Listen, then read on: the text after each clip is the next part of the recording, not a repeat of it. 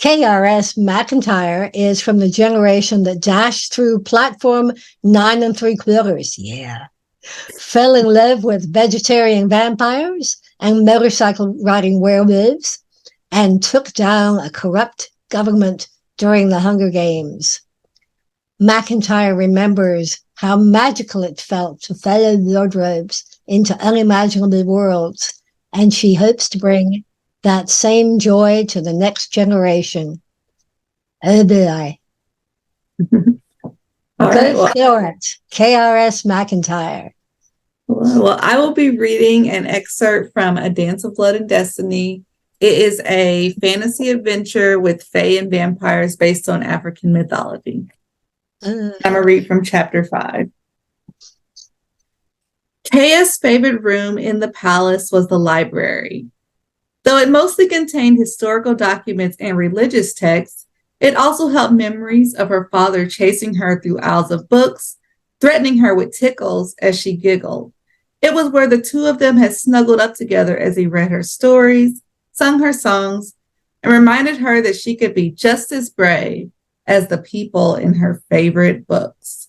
The library was also where she learned about the world around her, despite having never left home, perusing maps and encyclopedias.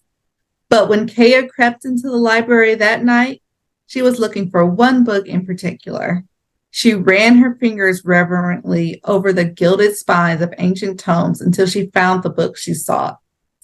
The thick leather-brown book was covered in dust and grime, untouched for hundreds of years. She held it gingerly as she wiped dust off the cover and slipped back to her room, book in hand. In her room, Kaya covered her body in a dark purple shawl and tiptoed to the window.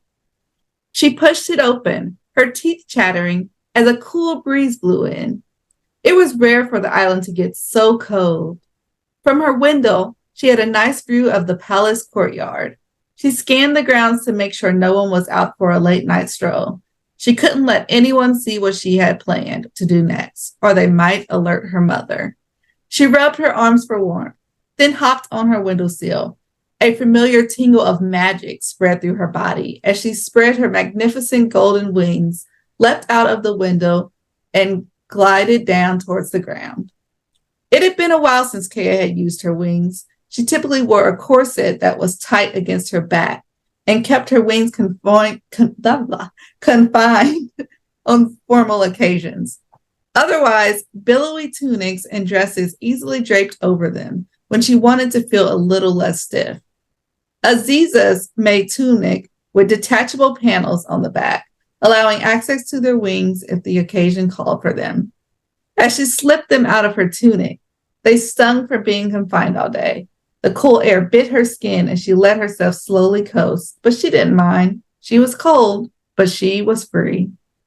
On her way down, Kaya paused at Mia's window and tapped on the glass. Mia sat up in her bed and gave Kaya a disapproving frown. Kaya offered a cheeky grin and continued to glide. Mia wouldn't rat her out, but with all the murders taking place, she wanted someone to have a clue where she had gone. Blanketed by the dark sky, Kaya made her way from the seaside kingdom to the woods. Usually, she was fearful of the forest at night, where deadly spriggans blended in with trees and will-o-wisps hunted for victims. And what of the guards that her mom had mentioned at the town hall meeting? Could they be out here already? But nothing was more terrifying than losing Teo. The journey would be worth the risk. Moonlight slithered through tree branches that stretched above her, lighting the familiar path to Teo's home. Soon she spotted a small wooden cabin in the distance. Kaya wasn't a praying woman. She stopped praying to Eloah as a child when all of her prayers about her father coming home went unanswered. However, the fear of losing Teo worried her enough to say a silent prayer to Eloah. It would take a supernatural miracle for Teo to understand after what she had done. Kaya's hands trembled as she pounded on the wooden door. Damp green moss that grew upon the small hand-built home smeared over Kaya's fists. She wiped them on her silky shawl with no concern for the stain. Nearby birds, critters, and insects fled from the offending sounds. Kaya watched the bugs fly off, wondering if Teo could be slipping away incognito. "Teo," she screamed, "come out." Her voice was the only sound in the forest. She might have thought he hadn't returned home, but his hunting bow caught her eye, tossed carelessly on the ground near the door. She forced herself to quiet down and listen to the other side of the door. The patter-patter of footsteps sounded as he approached, but he paused at the door without opening it. Teo, please, she begged. I know you're inside. I can hear you, and I just want to talk. Well, I don't, he said without opening the door. Teo, her eyes burned and her throat tightened. She tried to blink away the tears that threatened to spill. Eventually, she heard him fiddle with the lock, and the door swung open with force. He glared at her with furious red eyes. How long have you been stringing me along, engaged to the elf? He growled. She opened her lips to speak, then slammed them shut when words seemed to not come out. What was I to you this whole time? Was I a wild fling to get out of your system before you settle down and marry a prince? I don't want to marry him, Kea clarified. My mother is forcing me. You're a grown woman, Kea. Your mother cannot force you. That is not how it works for people like me. I've been bound by duty my whole life. It doesn't matter. I know how you Fae do things. You'll be his bride in a few weeks. What is the point of you coming here? I should have told you, Kea mumbled. I didn't know how to tell you. I don't care anymore. He looked away, refusing to meet her gaze, but his crimson eyes were misty. It just is what it is. It matters, Kea said, taking a step closer. She hid the heavy book under her shawl, unsure when would be the right time to show him. You matter, and I will not marry him. I will marry you. Teo scoffed. I thought you didn't have a choice.